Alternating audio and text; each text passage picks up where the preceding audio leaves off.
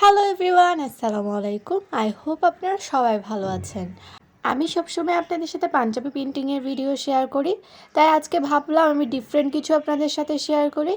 আমাকে একজন কাস্টমার একটা বেডশিটের কথা বলেছিল, আমি সেই বেডশিটটাই করছি, তাই ভাবলাম ভিডিওটা শ্যুট করি আর আপনাদের সাথে শেয়ার করি। যেহেতু আপু আমাকে হোয়াইট কালারের বেডশিটে পেন্ট করে দিতে বলেছে আর সানফ্লাওয়ার ডিজাইন করে দিতে বলেছে, তাই আমি এখানে একটা হোয়াইট কালারের বেডশিট নিয়েছি। আর পেন্টিংয়ের জন্য আমার যে যে কালারগুলো লাগবে সেগুলো বানিয়ে নিয়েছি কেমিক্যালের সাথে। আপনারা যারা রেগুলার আমার ভিডিও দেখেন তারা নিশ্চয়ই জানেন আমি কালারের সাথে কি কি কেমিক্যাল মেশাই, তাও আপনাদের সুবিধার জন্য আমি আবার বলে দিচ্ছি। আমি এখানে বাইন্ডার মিশিয়েছি, এনকে মিশিয়েছি, এরপর মিশিয়েছি এপ্রিটন। যেহেতু আমি সুতি কাপড়ে পেন্টিংটা করছি, সুতি কাপড়ে পেন্টিং করার সময় অবশ্যই এপ্রিটন মেশাতে হবে, কারণ এপ্রিটন মেশালে কালারটা ছড়ায় না, কালারটা সুন্দরভাবে কাপড়ে বসে যায়। যেহেতু আমি হোয়াইট কালারের বেডশিটে পেন্টিংটা করছি, তাই এখানে কোনো ধরনের হোয়াইট পেস্ট মেশাতে হবে না।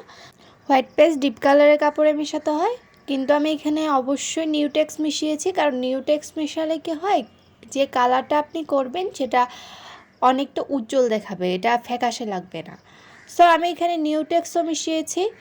অনেকে আমার থেকে আস্ক করেন পানি লাগলে কাপড়ের কালারগুলো উঠে যাবে নাকি। এগুলো পানি লাগলে কখনো উঠবে না, কারণ আমি এখানে কেমিক্যাল ইউজ করি।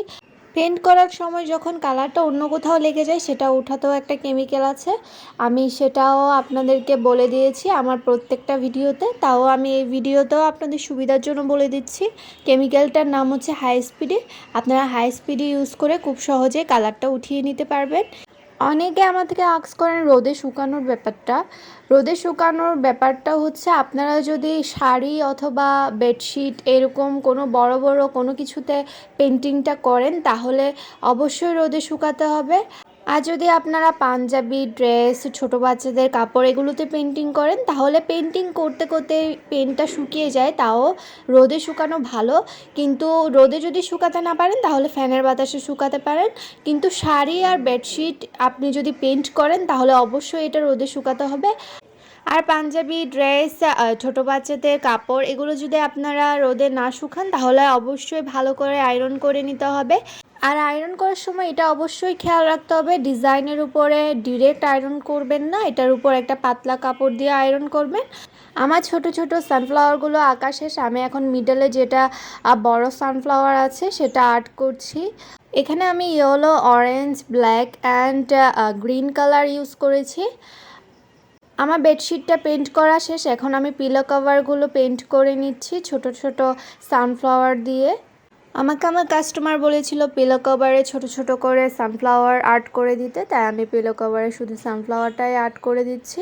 যেহেতু পিলো কভারের সিম্পল ডিজাইন ছিল তাই পিলো কভারগুলো পেন্ট করতে আমার তেমন টাইম লাগেনি, কিন্তু বেডশিটটা পেন্ট করতে আমার অনেক টাইম লেগেছিল, কারণ বেডশিটের মিডলে একটা বড় সানফ্লাওয়ার আর্ট করতে হয়েছে। এজন্য কালারও অনেক বেশি লেগেছিল আমার পেন্টিংটা করতে। সো দেখতে দেখতে আমার পেন্টিং করা শেষ, আপনারা দেখতেই পাচ্ছেন পেন্টিংয়ের পর বেডশিটটা দেখতে কতটা সুন্দর দেখাচ্ছে। সানফ্লাওয়ার আমার এমনিতেও অনেক পছন্দ, আর পেন্টিং তো আমার প্যাশন। আপনারা জানেন পেন্টিং করতে আমি কতটা পছন্দ করি। সো আজকে এই পর্যন্তই, ভালো থাকবেন। আমার ভিডিও যদি ভালো লাগে তাহলে অবশ্যই শেয়ার করবেন আর আমাকে সাপোর্ট করবেন। আল্লাহ হাফেজ।